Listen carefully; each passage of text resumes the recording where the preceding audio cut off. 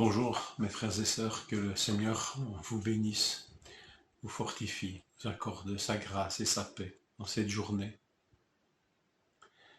J'aimerais lire avec vous deux versets du Cantique des Cantiques, la lecture que j'avais un peu oubliée le mois passé. Je lis ceci dans le Cantique, chapitre 8, verset 6. Fais de moi comme une empreinte sur ton cœur, comme une empreinte sur ton bras, car l'amour est aussi fort que la mort, la passion est aussi inflexible que le séjour des morts. Ces ardeurs sont des ardeurs de feu, une flamme de l'Éternel. Quelle image utiliser ici l'amour et le comparer au feu, un feu ardent. En fait, c'est un message biblique qui est assez ancien. On pourrait dire que l'amour, sous tous ses aspects, et ici bien sûr c'est l'amour entre un homme et une femme dans Cantique des Cantiques, mais on dirait que l'amour demande toujours un cadre, et qu'il s'exprime le mieux dans le cadre d'une alliance.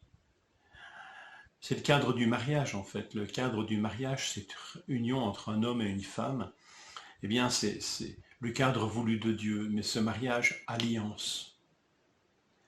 Avec même des signes d'alliance qui sont même parfois marqués dans la chair, pas sous forme de tatouage, mais sous forme, dans notre culture par exemple, d'un objet qu'on appelle justement une alliance. Un amour officiel, un amour exclusif, fidèle, durable, stable. C'est là le cadre de l'amour entre un homme et une femme. Dans notre langue française, pour nous rappeler un petit peu l'image du feu, c'est étonnant que nous appelons ça un foyer. Un foyer, l'image d'une cheminée avec un feu. L'âtre qui réchauffe la maison et la nourrit. Alors bien sûr, l'âtre, le foyer demande à être alimenté par un bois sec, qui n'est pas un signe ici, dans mon esprit en tous les cas, de sécheresse du cœur, mais au contraire du temps. Il faut du temps pour qu'un bois soit sec. Parce qu'il y a des feux de sapin qui chauffent très vite, mais pas longtemps. Il y a des feux de bois mouillé qui ne font que de la fumée, qui n'apportent aucune chaleur. Pour moi, c'est une image, ce foyer, qui peut être alimenté par un bois qui a eu le temps de vieillir.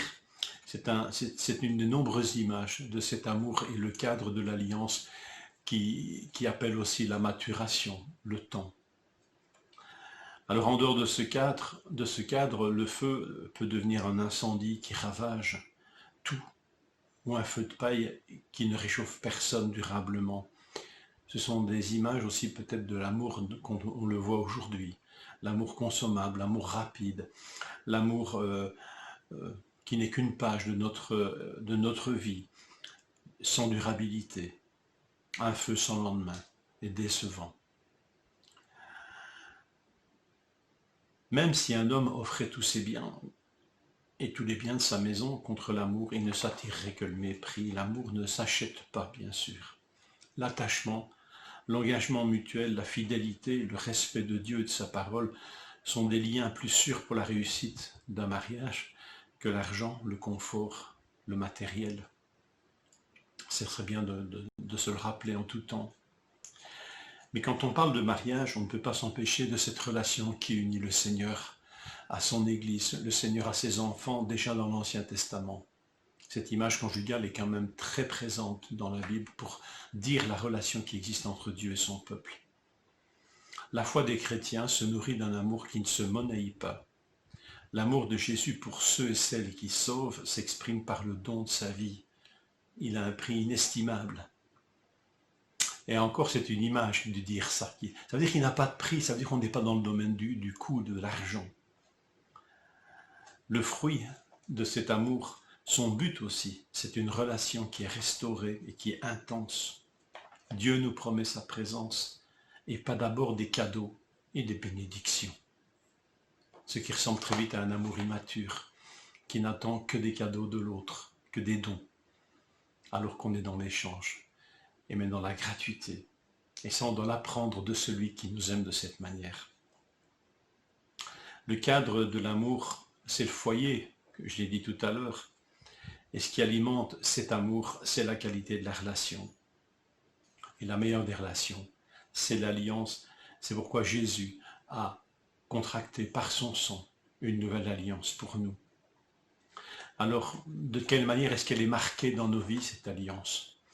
Bon, il y a des signes que le Seigneur nous accorde, comme le baptême, comme la scène.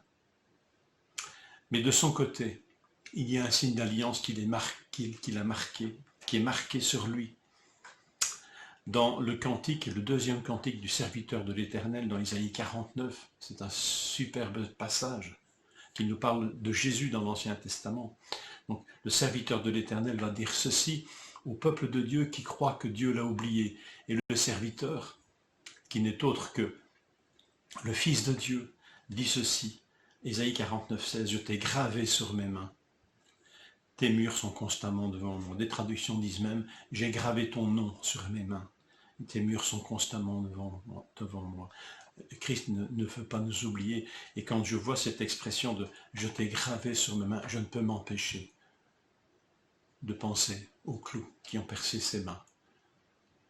Pris de cet amour, pris de cette nouvelle alliance, pour que jamais nous puissions dire « Seigneur, tu m'oublies ». Que le Seigneur puisse nous fortifier, puisse nous bénir à la méditation de ces quelques passages.